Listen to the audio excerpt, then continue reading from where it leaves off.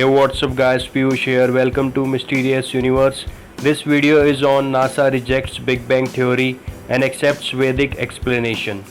According to Vedic scriptures, universe has existed for 155.522 trillion years, and this is just in the current cycle of creation and annihilation. Before this cycle there were countless other cycles, and after this cycle, which will end in 155.518 trillion years of time. The cycle of creation and annihilation is based on the life of Brahma, the engineer of the universe. At the beginning of each day of Brahma, he creates everything in the universe, and then at the end of each day there is partial annihilation. Each day 12 hours of Brahma is 4.32 billion years. Brahma lives for 311 trillion and 40 billion years. After this time there is complete annihilation of this universe and the current Brahma dies. Then there is another Brahma and cycle repeats itself. This universe is the smallest in God's creation. There are other universes which are thousands and even millions of times bigger than the current universe. Within each day of Brahma, there are 14 Manus.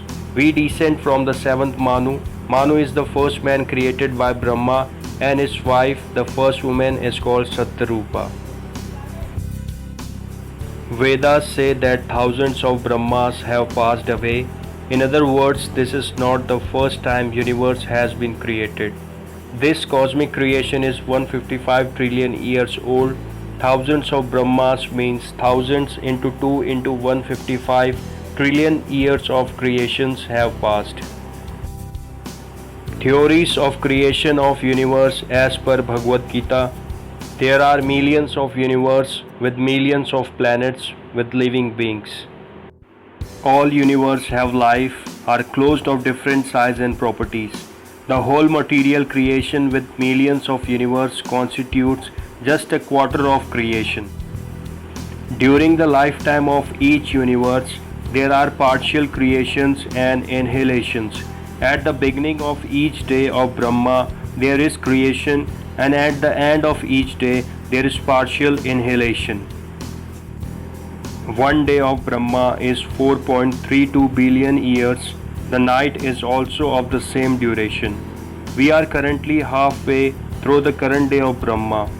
Thus, we have existed for approximately 2.16 billion years in the current small cycle.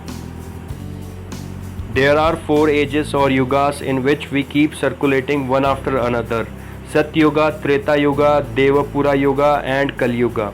It means after Kali Yuga, Satya Yuga will come again. This whole Vedic concept has been proved by NASA's recent COBE and WEM satellite. NASA's satellite observed static universe models fit observational data better than the expanding universe model.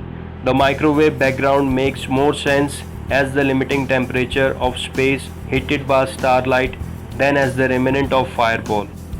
The universe has too much large-scale structures, interspread walls and voids to form in a time as short as 10 to 20 billion years. The average luminosity of quarks must decrease with the time in just the right way so that their average apparent brightness is the same at all the redshifts. The ages of the globular clusters appears older than the universe as indicated in the Bhagavad Gita. The local streaming motions of galaxies are too high for a finite universe that is supposed to be everywhere uniform.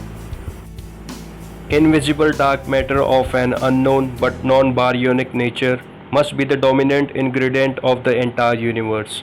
This dark matter is nothing but the navel of the Lord Vishnu, where birth of Brahma takes place.